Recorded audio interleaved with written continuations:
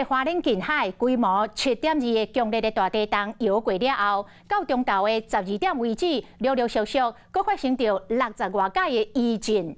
这个苏花公路有真侪路段有大量的土石放落来，其中伫个大清水的磅塘口有一座20公尺的桥梁，规磅桥总崩掉，路基是完全消失。苏花公路即卖是全线封路。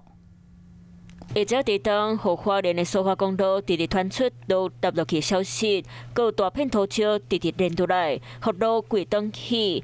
大清水磅坑口的大清水桥20公尺规断条，磅坑内底车辆别拢袂顶袂动。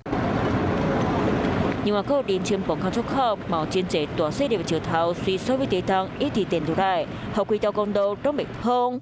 基本磅坑内底规土骹有细粒石头，为海面上的角度看过去，苏花公路跌落去情形是真严重。另外，佮花莲和平乡若上少2间厝倒去，佮民众用手机录到防水画片，规片土石飘落来，拢是因家，互现场规个瓮烟散铺。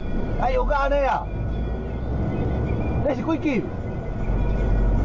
看了，放手，去走。